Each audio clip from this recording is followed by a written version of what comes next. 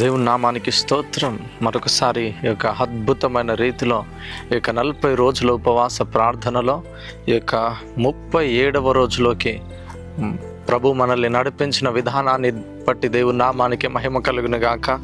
అదేవిధంగా మరొకసారి ఈ విధంగా మీతో కలిసి వాక్యాన్ని పంచుకొనడానికి దేవుడిచ్చినటువంటి యొక్క కృపను బట్టి దేవుని నామానికి మహిమ కలుగును గాక. చూడండి ఎంతమంది ప్రార్థన చేసుకుంటున్నారు. ఇంకా మనకు 3 రోజులు మాత్రమే మనకు టైం ఉందండి కదా. 40 రోజుల ఉపవాస ప్రార్థనల ముగింపు సభకి ఇంకా 3 రోజులు మాత్రమే టైం ఉంది. అందుకని అందరూ కూడా ప్రార్థనలో ఉండండి. ఎవరు కూడా సమయాన్ని నిర్లక్ష్యం చేయకండి. ప్రార్థనలో ఉంటూ ప్రభువును వెతుకుతూ ముందు కొనసాగడానికి ప్రయత్నించండి. వాక్యాన్ని చదువుకుందాం. వాక్యం చదువుకొని వాక్యాన్ని కొద్ది సమయం ధ్యానిద్దాం. యోనా గ్రంథం 3వ అధ్యాయం 5వ వచనం చూడండి. నినివే పట్టణపు వారు దేవుని యందు విశ్వాసం ఉంచి ఉపవాస దినము చాటించి గనులేమి అల్పులేమి అందరూ గోనె పట్టు కట్టుకొనిరి. చూడండి, నినివే పట్టణము దేవుని దృష్టికి భయంకరమైన క్రూరమైన పట్టణముగా దేవుని దృష్టికి ఎంచబడ్డది.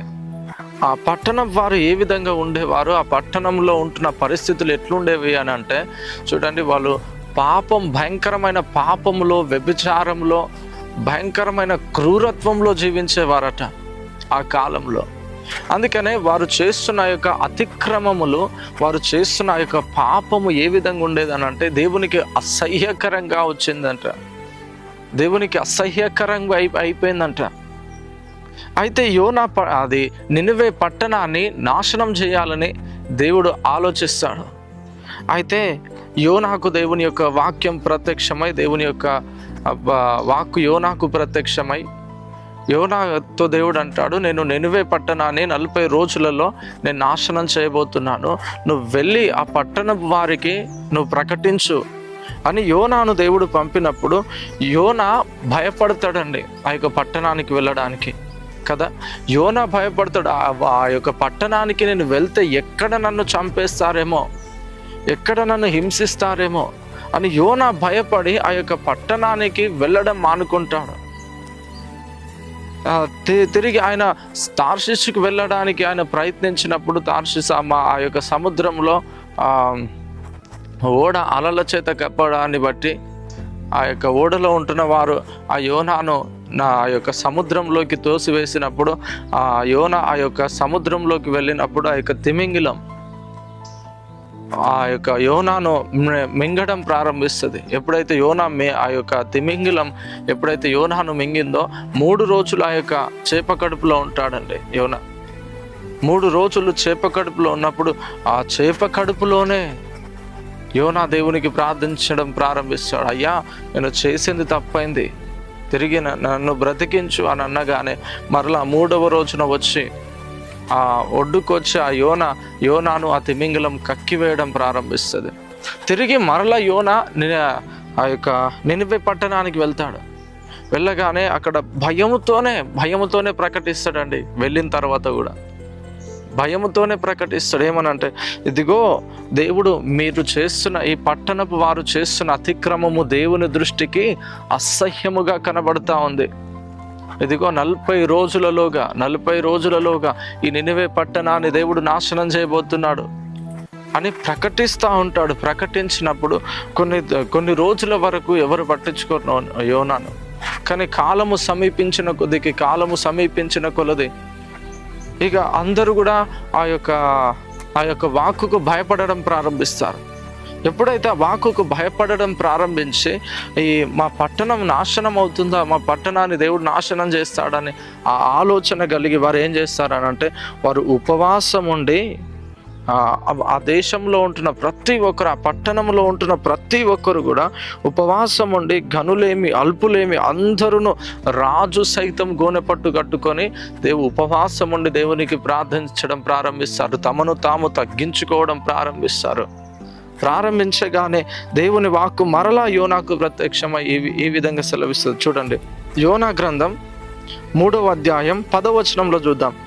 ఈ నినివే వారు తమ చెడు నడతలను మానుకొనగా వారు చేయుచున్న క్రియలను దేవుడు చూచి పశ్చాత్తాప్తుడై వారికి చేయుదునని తాను మాట ఇచ్చిన కీడు చేయక మానెను. ఎప్పుడండి?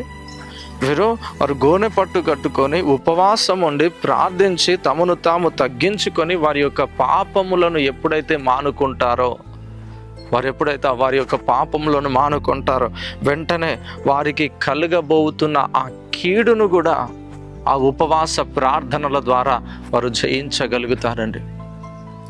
వారికి వస్తున్నటువంటి కీడు ఏదైతే ఉంటుందో, వారికి వస్తున్నటువంటి నాశనం ఏదైతే ఉంటుందో, ఆ ఉపవాస ప్రార్థనల ద్వారా ఆ కీడు నుంచి వారు విడుదల పొందగలుగుతారు. ఆమేన్. హల్లెలూయా, హల్లెలూయా. చూడండి, ఈరోజు నీ కుటుంబంలో ఏ కీడు నీ కుటుంబంలో సంక్రమిస్తుందో ఆ కీడంతటి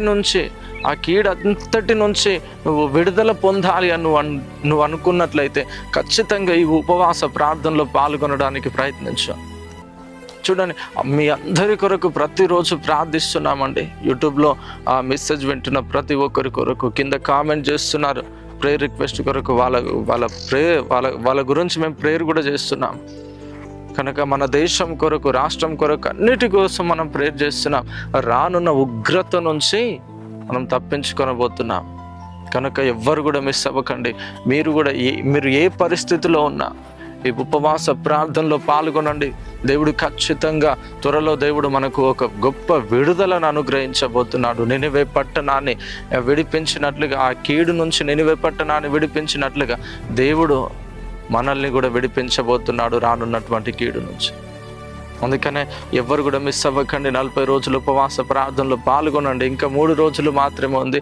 ఆ సభకు మీరందరూ కూడా సిద్ధపడండి. ఓకేనా? ప్రార్థన చేద్దాం. మహాపరిశుద్ధుడా, ప్రేమ కలిగిన తండ్రి, మహోన్నతుడా, మహాఘనుడా, సర్వశక్తిమంతుడా, నాయన అద్భుతమైన రీతిలో తండ్రి ఈరోజు నాయన ఇదిగో తండ్రి బిడ్డలతో కలిసి ఈ విధంగా వాక్యాన్ని పంచుకోవడానికి నాయన నీవు ఇచ్చినటువంటి యొక్క అద్భుతమైన కృపను బట్టి, ఈ యొక్క అద్భుతమైన అవకాశాన్ని బట్టి నాయన నీకు వందనాలు చెల్లిస్తూ వస్తున్నాడు తండ్రి. ఇదిగోనైనా ఎంతమంది ఇదిగోనైనా ఈ మెసేజ్ వింటున్నారో తండ్రి, ఇదిగోనైనా వారి యొక్క కుటుంబాలలో ఏ కీడు చేత తండ్రి బిడ్డలు ఇదిగోనైనా బాధపడుతున్నారో, ఏ విధమైన సమస్యల చేత బాధపడుతున్నారో తండ్రి, ఇదిగోనైనా వారి కొరకు నాయన మేము ప్రార్థిస్తూ వస్తున్నాం. ఉపవాసం ఉండి నాయన మేము ప్రార్థిస్తూ వస్తున్నాం తండ్రి. ప్రతి ఒక్క బిడ్డకి ఇదిగోనైనా ఉంటున్న కీడు నుంచి బిడ్డలు యేసుక్రీస్తు నామంలో విడిపించబడుదురుగాక తండ్రి. రానున్నటువంటి ఆ కీడుల నుంచి కూడా నాయన యేసు నామంలో బిడ్డలు విడిపించబడుదురుగాక. నాయన బిడ్డల పక్షాన నాయన మీరు ఉండి గొప్ప కార్యాలు జరిగించి నీ నామానికి నాయన మీరు మహిమను తెచ్చుకొనమని యేసుక్రీస్తు నామంలో అడిగి వేడుకొంచున్నాము తండ్రి. ఆమేన్. దేవుని నామానికి మహిమ కలుగును గాక. అందుకని ఎవరు కూడా మిస్ అవ్వకండి. గురువారం, ఈ నెల గురువారం జరగబోయే ఆ యొక్క ఉపవాస ప్రార్థనల 40 రోజుల ఉపవాస ప్రార్థనల ముగింపు సభకి ఎవ్వరు కూడా మిస్ అవ్వకండి. కప్పాడ్ చౌరస్తా జనసంఘ మండల్ కనుక ఆ స్థలం వచ్చేసి సమయం 5 గంటలకే స్టార్ట్ అవుతుంది. త్వరగా దూరం నుంచి వచ్చేవారు త్వరగా వారి యొక్క గృహాలకు వెళ్ళాలి కనుక అందరూ కూడా త్వరగానే ఆ మీటింగ్ స్టార్ట్ అవుతుంది, త్వరగానే ముగించబడుతుంది కనుక ఎవరు కూడా మిస్ అవ్వకండి. మీరు మీ కుటుంబ సమేతంగా రండి. మరలా రేపు వాక్యంతో కలుసుకుందాం. అంతవరకు సెలవు. Thank you. Praise Lord. God bless you.